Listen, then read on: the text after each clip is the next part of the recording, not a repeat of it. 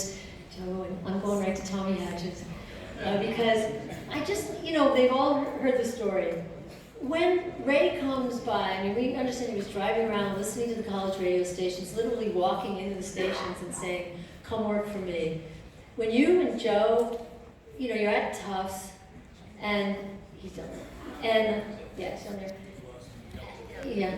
I mean, you were on track to be Dr. Tommy Hatches.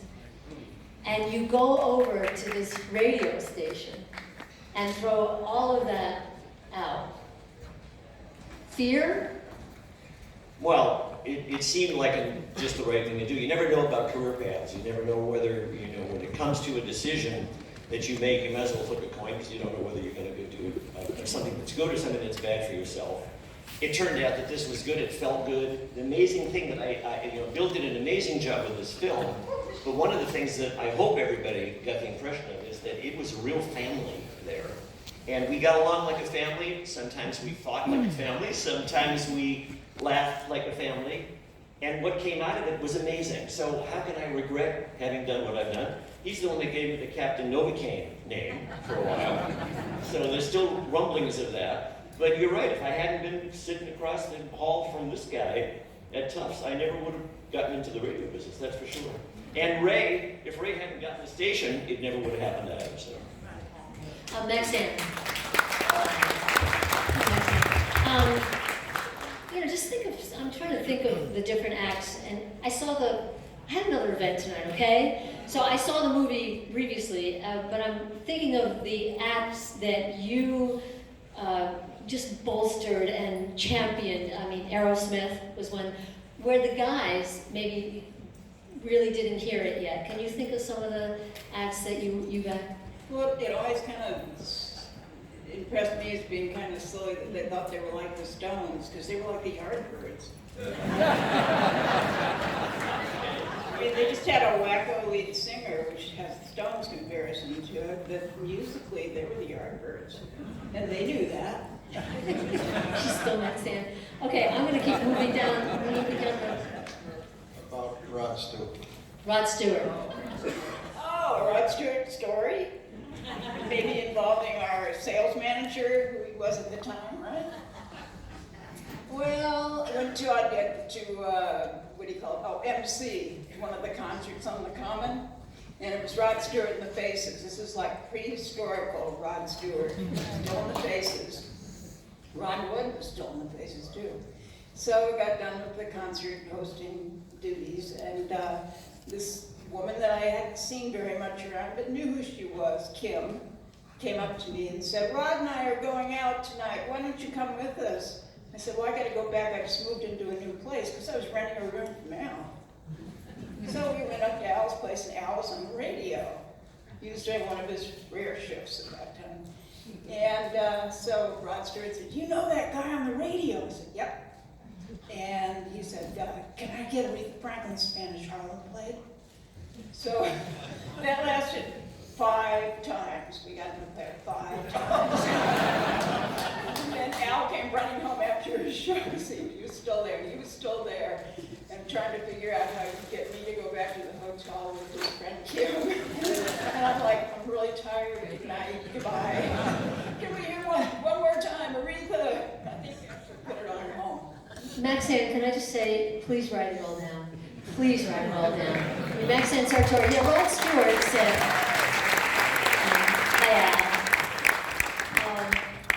were there times when you thought, this is not going to work? Rod Stewart drank all my red wine. Stories you guys can tell.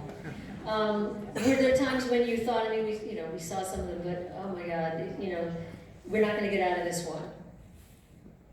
No. No, I think as Ray talked about, it was difficult to come up with different stories for the FCC. The announcer put the Lenny Bruce on, and he had taken an all-night pill thinking it was an Excedrin, and he fell asleep, and Lenny Bruce let go. And immediately I said, Who turned this in? I'll get him. Turned out to be a captain on the Coast Guard who was on night duty that night at 2 in the morning, and walked on deck and said, "What are you gentlemen listening to?" That was a tough one. I want to make sure that, Bill, that we get some questions from the audience. Shall we do that too? Just shout them out. You ever get dosed by the dead? Ever get dosed by the dead? Oh, yep, I heard it, yep. Okay, Sam Copper? I don't know, Leslie Palmer somewhere in the room, and she was briefly, or for some time, on COZ, our friendly competitors for a while, but I'll never forget, I think it was New Year's Eve, '69, where all over at the Tea Party, which had moved from Berkeley Street to Lansdowne Street. It's become a bit of an address over the years. And I just never forget, she and I were there, and there was this huge bowl of punch. And you know, you're warned not to consume anything that's backstage with the dead. But we did. And it was interesting. It was a good evening. There was so many, I remember once Charles got mad at me. I was supposed, oh, Ray, wait, no. Ray Reedman has the story. You know, Bill Graham and I closed our clubs. It was the end of the small venue. You had to go to 18,000 seats. And we closed the same night, which was December 31st, 1970.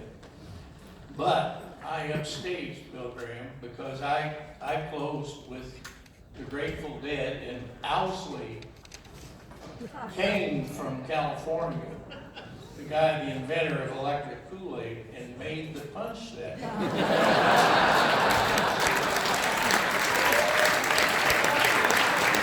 He wins. Norm Liner, share some numbers. Oh my, it's hard to begin because I remember them all, well, does anybody here remember Professor Irwin Corey? Because one of the things, and Al, I think he was a good friend of yours, wasn't he, the good professor? Because we wound up playing a softball game on the Common, Boston Common. And was it against Alice Cooper's band, I think?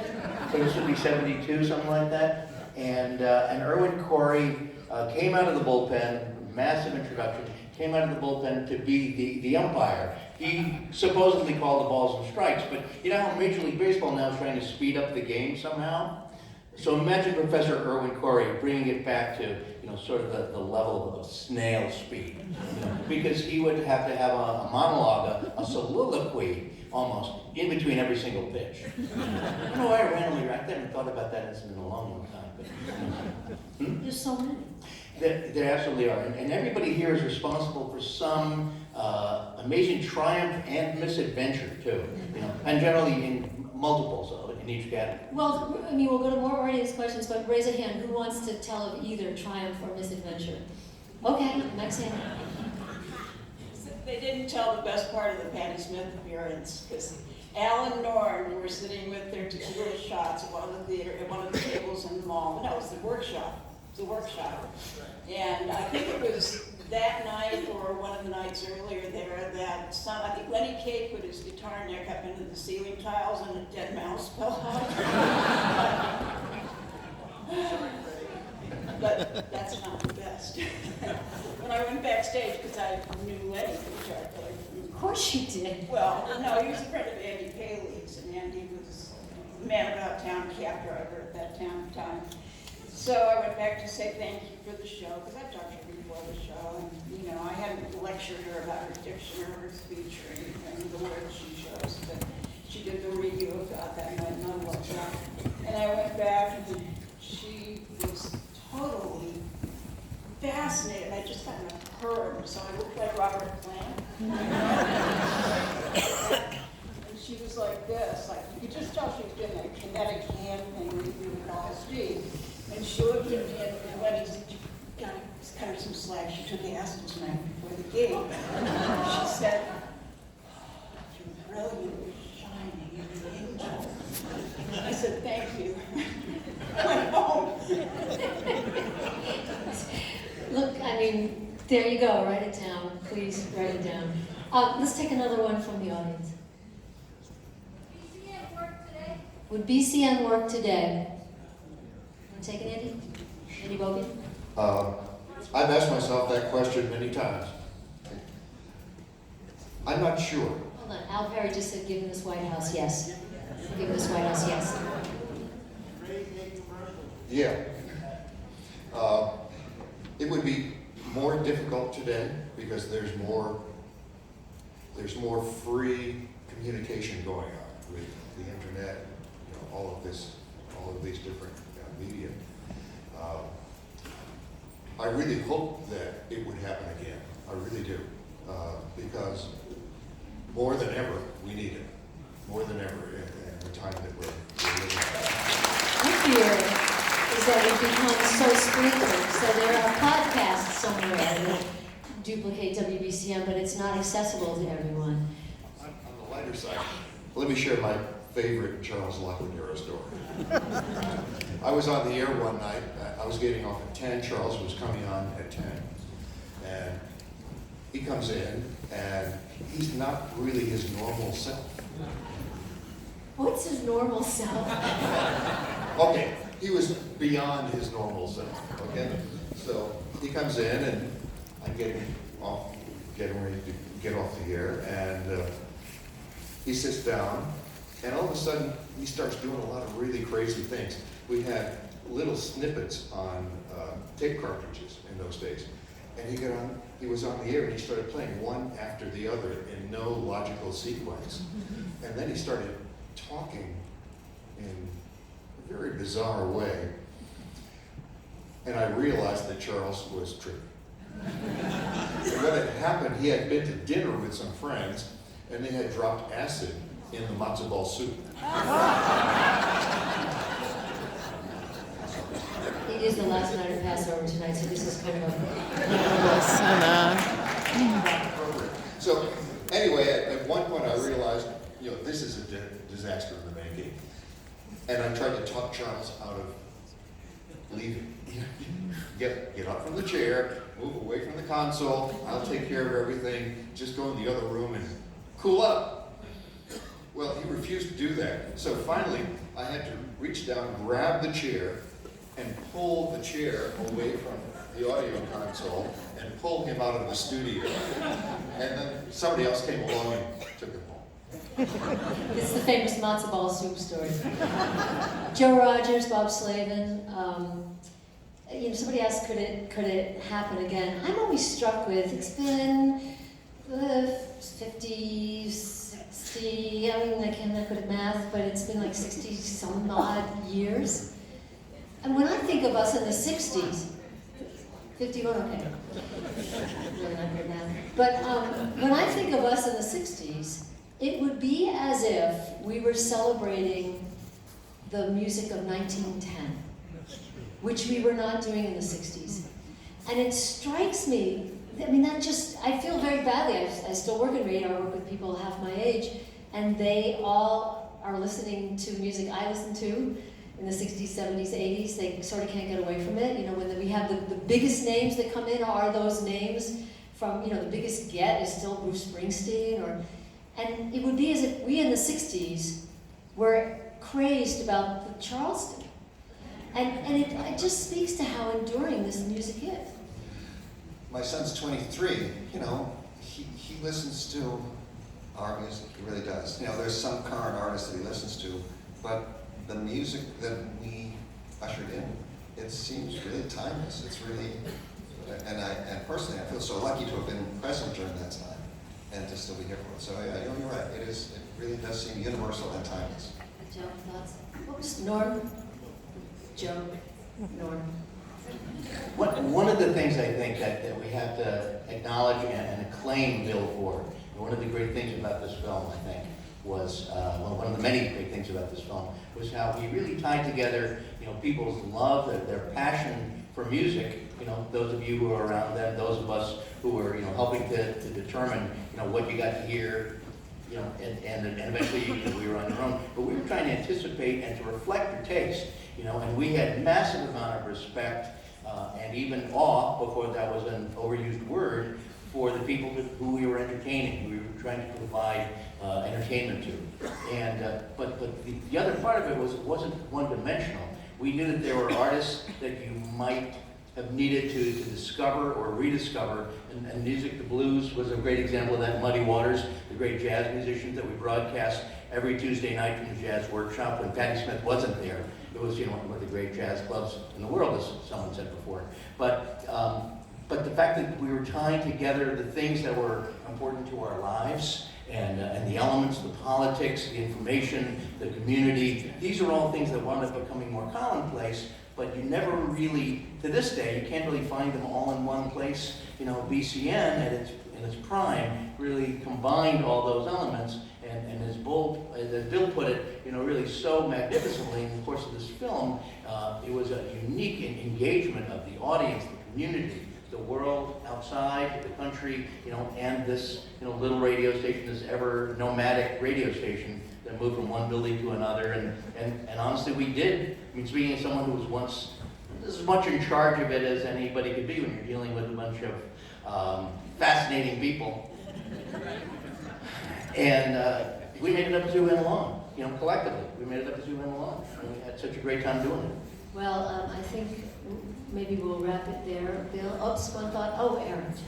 Oh, who's still doing it? Hi. You know, about the question that you asked, would it happen now? I'm not very optimistic that it could happen now. I also teach at Northeastern, so I'm used to dealing with 17, 18, 22-year-olds, whatever. And rap is so much a part of their life. And the fact that people now have these portable listening devices, they're not people who listen to a wide range of music like what BCN played.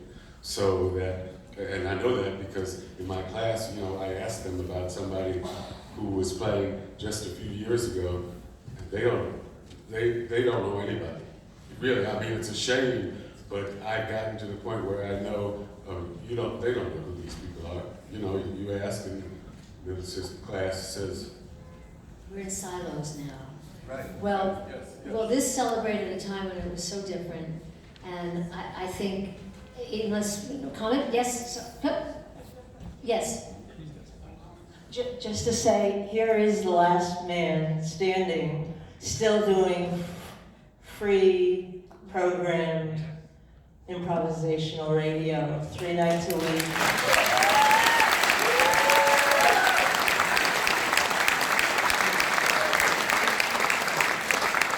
Yeah, it was Eric Jackson Day in Boston and Cambridge last year. I didn't get to it. And Senator Warren shouted out to you on the Senate floor. I want to do a shout out and a thanks and honor to Fred Taylor, who I hope is still in the building. Fred Taylor not only brought in Bruce Springsteen, and Patti Smith, he brought in great jazz, he brought in Tom Petty for Petty's first show. And my favorite ever was my first live broadcast for BCN, Bob Marley and the Wailers.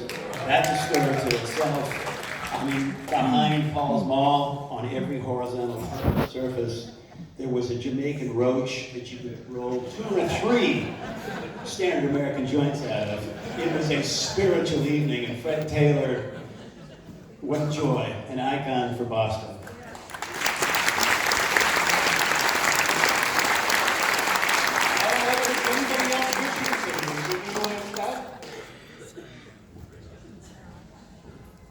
I think it can happen again. I think if media can bring people together, that's what this film is about. How a community, a culture, the politics, everything came together, and 50 years later, we're here talking about it. It's possible that if you do the same thing with the power of media today to incorporate the culture, the politics, everything, possibly 50 years from now, they'll be talking about it, and we did it again today. So we have Ray Rubin, who started it all, Perry, who ran it all, these guys who made it work, and Bill, who carried the fire. The people of WBCN.